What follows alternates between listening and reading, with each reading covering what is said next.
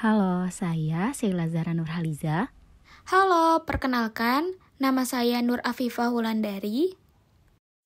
Halo, nama saya Selvia Puspitasari.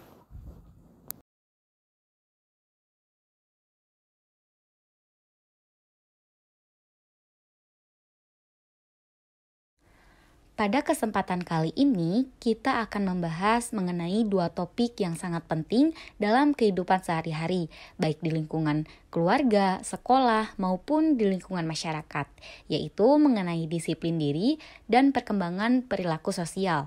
Pertama, kita akan mengeksplorasi disiplin diri, yaitu sebuah kemampuan yang tidak hanya melibatkan pengetahuan tentang peraturan, tetapi juga penerapannya dalam tindakan yang nyata.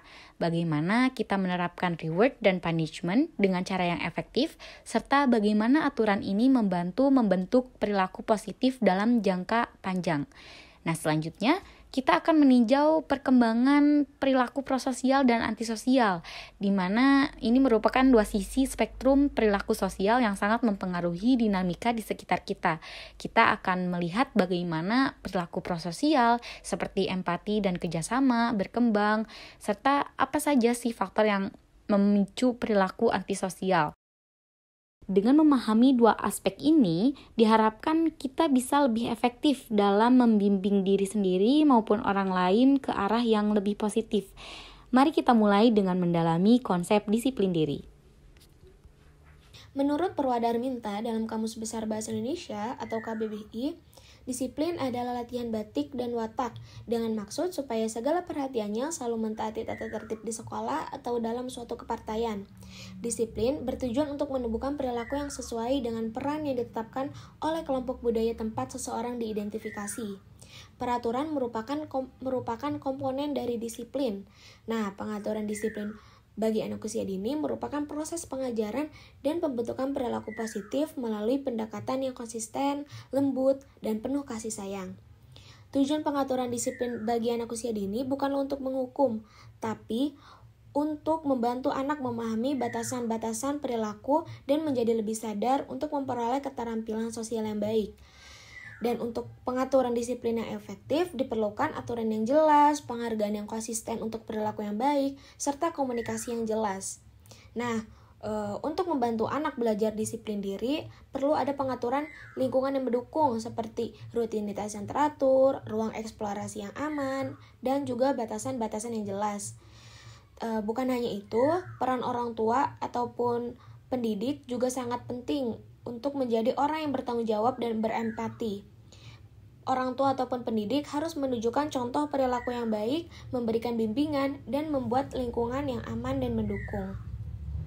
Untuk menanamkan kedisiplinan, anak-anak dapat membuat peraturan sederhana seperti menempatkan sepatunya di tempatnya, makan, mandi, ataupun hal-hal lainnya seperti kegiatan yang sehari-hari mereka lakukan.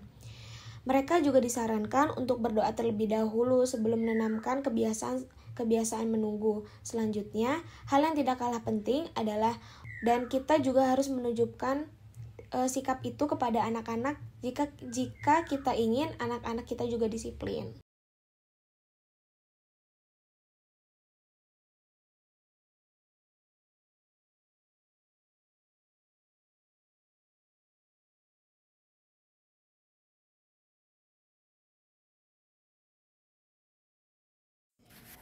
Selanjutnya, kita beralih pada penerapan dan konsekuensi. Menurut Kamus Besar Bahasa Indonesia, pengertian penerapan adalah perbuatan menerapkan. Menurut beberapa ahli mengatakan bahwa penerapan adalah suatu perbuatan mempraktikkan suatu metode, teori untuk mencapai tujuan tertentu dan untuk kepentingan yang diinginkan suatu kelompok yang telah terencana dan tersusun.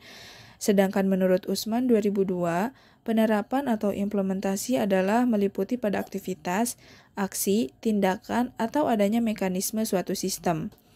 Penerapan atau implementasi ini bukan hanya sekedar aktivitas, tetapi suatu kegiatan yang terencana dan untuk mencapai tujuan kegiatan. Lalu apa saja metode penerapan kedisiplinan? Yang pertama, ada metode keteladanan atau memberi contoh. Nah, ini tuh salah satu metode yang paling baik dalam membentuk kedisiplinan serta moral dan sosial anak, sebab contoh adalah pendidikan terbaik yang akan ditiru oleh anak dalam tindakan-tindakan dan sopan santunnya agar tertanam dalam jiwa anak usia dini. Yang kedua, yaitu metode pembiasaan. Nah, metode ini sangat penting untuk anak usia dini sebagai upaya membangun karakter sejak dini. Ketika pembiasaan dilakukan secara terus-menerus dengan membiasakan anak dalam hal berkaitan dengan disiplin, maka anak akan terbiasa melakukan suatu tindakan tanpa diberi pengarahan lagi. Sebagai contoh metode pembiasaan dalam hal menerapkan disiplin adalah melalui kegiatan antri ketika akan mencuci tangan sebelum dan sesudah makan bersama. Nah, dengan kegiatan tersebut, anak akan dapat belajar menghargai teman, belajar sabar menunggu giliran, dan juga belajar untuk melakukan pola hidup teratur. Selain mencuci tangan, penerapan metode pembiasaan ini tuh bisa dilakukan dengan cara berbaris sebelum masuk kelas. Yang ketiga, ada metode bercerita. Dengan cerita, anak cenderung menyukai dan menikmatinya baik dari segi imajinasi, ide, maupun peristiwa. Contoh dalam metode bercerita, misalnya kita memberikan cerita atau suatu dongeng yang bisa kita terapkan dalam kehidupan sehari-hari seperti pentingnya kejujuran dan sebagainya. Nah, dalam metode ini tuh bisa menggunakan alat peraga seperti boneka atau alat peraga gambar, video, dan sebagainya, ataupun tidak menggunakan alat peraga juga. Yang terpenting bisa membuat anak itu terimajinasi dengan apa yang pendidik atau orang tua ceritakan. Selain metode, terdapat juga beberapa faktor yang perlu diperhatikan dalam penanaman disiplin agar anak dapat menerapkan disiplin dengan baik. Nah, yang pertama, menciptakan tokoh teladan. Anak akan belajar banyak dengan proses meniru atau meneladani orang tua atau pendidik mereka, baik dari kebiasaan buruk ataupun baik mereka dalam kehidupan mereka. Yang kedua, yaitu menghargai daripada menghukum. Pendidik atau orang tua bisa menghargai kepada anak dengan senyuman, pelukan, atau dengan menunjukkan ketertarikan dengan apa yang anak lakukan. Yang ketiga yaitu konsisten. Ketika peraturan dibuat, segala usaha harus dibuat untuk mematuhinya, sehingga anak mengetahui perbuatan mana yang baik dan mana yang buruk. Kemudian menjauhi teriakan ancaman atau tamparan, serta mengatakan maaf apabila kita berbuat tidak baik. Nah, itu tadi metode dan faktor dalam penerapan disiplin. Sekarang kita beralih pada konsekuensi. Nah, berdasarkan teori, konsekuensi dapat diartikan sebagai akibat dari pilihan anak jika mereka melanggar aturan. Konsekuensi terdapat dua macam akibat, yaitu hukuman positif dan hukuman negatif. Dari konsekuensi ini menunjukkan bahwa penghargaan adalah hasil ketika mematuhi aturan, sedangkan hukuman adalah hasil ketika melanggar aturan. Nah, konsekuensi dapat membantu siswa untuk menerima tanggung jawab untuk memperbaiki kesalahan mereka, sehingga mereka dapat memilih untuk melakukan hal yang lebih baik lagi. Konsekuensi ini ada beberapa macam, ada dua macam. Yang pertama, ada konsekuensi logis atau logical consequences yang secara khusus berfokus pada penanganan masalah yang disebabkan oleh perilaku buruk anak-anak. Untuk konsekuensi logis ini tuh bertujuan yang mendasarnya itu adalah menimbulkan kepatuhan. Dalam konsekuensi logis ini tuh mengharuskan anak-anak untuk berpartisipasi aktif dalam memecahkan masalah yang disebabkan oleh kesalahan mereka. Misalnya seperti memperbaiki benda yang rusak, mengubah perilaku yang tidak diinginkan, atau membuat mereka tunduk pada aturan yang diterapkan. Contoh dalam konsekuensi logis ini tuh adalah ketika aturan mematikan TV dan meminta anak-anak mengerjakan pekerjaan rumah mereka sebelum menontonnya lagi. Nah, hal ini tuh akan secara langsung mengatasi masalah yang diciptakan oleh anak yang melanggar dan membuat anak-anak bertanggung jawab atas tindakan mereka, yaitu dengan mengerjakan pekerjaan rumah mereka terlebih dahulu, kemudian mereka bisa menonton TV-nya lagi. Yang kedua, yaitu konsekuensi alamiah atau natural consequences. Konsekuensi alamiah adalah hal-hal yang terjadi sebagai respon terhadap perilaku anak tanpa melibatkan orang dewasa. Konsekuensi alamiah ini tuh terjadi secara alami dengan hubungan sebab dan akibat. Konsekuensi tersebut adalah hasil yang pasti terjadi karena tindakan seseorang. Konsekuensi ini tidak disebabkan oleh kekuatan luar seperti orang tua, manusia, dan orang dewasa. Dan konsekuensi alamiah ini tuh jelas merupakan hasil langsung dari tindakan orang tersebut. Contoh dari konsekuensi alamiah yaitu anak berlari terlalu cepat, maka akibat alamiahnya adalah dia akan terjatuh. Kemudian contoh lain, ketika anak bermain benda tajam seperti pisau, maka akibat alamiahnya dia akan terluka. Contoh yang ketiga, misalnya anak bermain korek api, maka akibat alamiahnya anggota tubuhnya akan terbakar terkena api. Selanjutnya, kita beralih pada reward and punishment. Reward and punishment adalah penghargaan dan hukuman yang merupakan reaksi atas perbuatan yang telah dilakukan oleh seseorang. Penghargaan diberikan sebagai ungkapan rasa senang dan bangga atas perbuatan baik dan prestasi, sedangkan hukuman diberikan untuk menuntun dan memperbaiki. Reward dan punishment penting untuk diterapkan dalam kehidupan sehari-hari agar terbiasa melakukan aktivitas dengan teratur. Reward dimunculkan untuk memotivasi seseorang karena ada anggapan jika seseorang diberi hadiah atas perilaku baik atau pekerjaannya, maka ia akan mempertahankan perilaku tersebut, bahkan bekerja lebih maksimal. Dengan diberikannya reward, maka seseorang akan berusaha untuk berperilaku disiplin. Lalu bagaimana dengan punishment? Menurut Sardiman, punishment adalah salah satu bentuk reinforcement negatif yang menjadi alat motivasi apabila diberikan secara tepat dan bijak sesuai dengan prinsip-prinsip pemberian hukuman. Tujuan pemberian punishment menurut Alisuf Sabri, yang pertama, untuk memperbaiki kesalahan atau perbuatan. Yang kedua, untuk mengganti kerugian akibat perbuatan yang salah. Kemudian, untuk melindungi masyarakat atau orang lain agar tidak meniru perbuatan yang salah. Dan yang terakhir, untuk menjadikan seseorang takut mengulangi perbuatan yang salah. Maka, tujuan punishment adalah untuk mencegah, mengoreksi, dan mendidik siswa tentang kesalahan mereka sehingga mereka dapat menghindari kesalahan yang sama di masa depan dan mengembangkan cara berpikir secara matang. Sebelum kita menghukum anak yang melanggar aturan, ada beberapa syarat yang perlu diperhatikan dalam memberikan punishment. Yang pertama, hukuman harus diberikan atas dasar cinta dan kasih sayang. Ini berarti anak dihukum bukan karena benci atau balas dendam, tetapi menghukum demi kebaikan, demi kepentingan, dan demi masa depan anak. Yang kedua, hukuman diberikan karena keharusan. Artinya, karena sudah tidak ada lagi alat pendidikan lain yang dapat dipergunakan kecuali diberikan hukuman.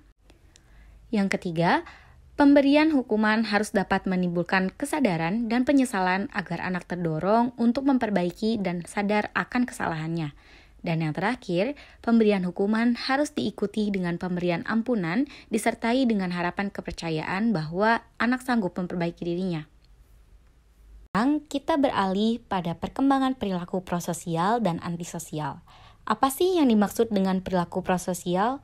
Menurut Staub, perilaku prososial merupakan bentuk perilaku sosial positif yang ditujukan untuk memberikan manfaat dan mengutamakan kesejahteraan orang lain tanpa mempertimbangkan secara sadar kepentingan diri sendiri. Lalu, apa saja sih faktor-faktor yang dapat mempengaruhi perilaku prososial? Yang pertama yaitu self-gain. Ini adalah harapan untuk menghindari sesuatu, misalnya ingin mendapat pengakuan atau pujian dari orang lain. Yang kedua yaitu personal values and norms. Ini adalah mempertahankan keadilan dan kebenaran berdasarkan adanya nilai-nilai norma timbal balik. Kemudian yang terakhir yaitu empati. Empati adalah kemampuan seseorang untuk merasakan perasaan yang dirasakan oleh orang lain. Nah, guru yang merupakan pendidik memiliki peran penting dalam menstimulus perkembangan prososial pada anak. Upaya untuk menstimulus perkembangan prososial pada anak dapat dilakukan dengan cara pembiasaan. Pembiasaan untuk melakukan sesuatu dapat dilakukan dalam kegiatan di kehidupan sehari-hari dan dapat dilakukan pada saat kegiatan pembelajaran. Apa saja sih kegiatan tersebut? Contoh yang pertama yaitu pembiasaan untuk berempati. Nah, hal ini dapat dilakukan dengan cara bercerita seperti mendongeng atau kisah yang di dalamnya terdapat pesan moral. Ini disampaikan dengan mimik wajah dan tutur kata yang baik dan benar. Yang kedua, yaitu pembiasaan rasa tanggung jawab melalui mentaati aturan. Misalnya, aturan untuk mengikuti kegiatan dengan tertib, bermain dengan waktu yang sudah ditentukan, dan mengembalikan alat main pada tempatnya. Yang ketiga, yaitu pembiasaan untuk bekerja sama melalui permainan. Kerjasama merupakan kegiatan atau pekerjaan yang dilakukan secara bersama-sama untuk mendapatkan hasil atau tujuan yang diinginkan. Nah, itu tadi definisi dan bentuk dari perilaku prososial. Sekarang kita beralih pada lawan dari perilaku prososial, yaitu perilaku antisosial. Apa sih yang dimaksud dengan antisosial? Antisosial terdiri dari kata anti dan sosial. Anti yang berarti menentang atau memusuhi, dan sosial yang berarti berkenaan dengan masyarakat. Jadi, antisosial adalah suatu sikap yang melawan kebiasaan masyarakat dan kepentingan umum. Secara sederhana, perilaku antisosial bisa digambarkan sebagai perilaku yang tidak diinginkan sebagai akibat dari gangguan kepribadian dan merupakan lawan dari perilaku prososial. Adapun bentuk dari perilaku antisosial ini adalah seperti negativisme, yaitu perilaku seorang anak melawan dan tidak mendengarkan perkataan dari orang dewasa. Yang kedua yaitu agresif. Ini adalah perilaku anak dalam bentuk membentak, berteriak, memaki, atau bahkan menyalahkan orang lain. Dan yang terakhir yaitu memikirkan dan mementingkan diri sendiri. Ini adalah perilaku yang timbul karena rasa cuek, tidak peduli terhadap orang lain maupun keadaan lingkungannya selama masalah tersebut tidak berkaitan dengannya. Lalu apa sih faktor penyebab dari perilaku antisosial pada anak? Yang pertama yaitu faktor internal. Faktor internal adalah faktor yang berasal dari dalam diri anak seperti faktor emosi dan intelijensi, kemudian keadaan fisik dan mental anak seperti sakit, lelah, lapar, dan tekanan emosi. Selain faktor internal, ada juga faktor eksternal, di mana faktor ini adalah faktor yang disebabkan di luar pribadi anak, dapat timbul dari orang lain, lingkungan, maupun teknologi. Perkembangan sosial pada anak tidak dapat dilepaskan dari pengaruh orang tua, sanak keluarga, orang dewasa, ataupun teman sebayanya. Suatu lingkungan yang baik dan mendukung akan membentuk kepribadian anak sebagai sosok positif yang dapat mencapai kehidupan sosialnya. Upaya yang dapat dilakukan untuk anak yang memiliki perilaku antisosial adalah pola asuh autoratif, yaitu menciptakan aturan yang dikomodasikan dengan cinta dan alasan yang jelas. Cara penyampaiannya dapat diterima oleh anak. Nah, teman-teman, itu tadi merupakan penjelasan mengenai materi disiplin diri, mulai dari peraturan, penerapan dan konsekuensi, serta reward dan punishment. Kami juga sudah membahas mengenai perkembangan perilaku prososial dan antisosial. Buat teman-teman yang masih belum paham, boleh langsung menanyakan di kolom komentar ya.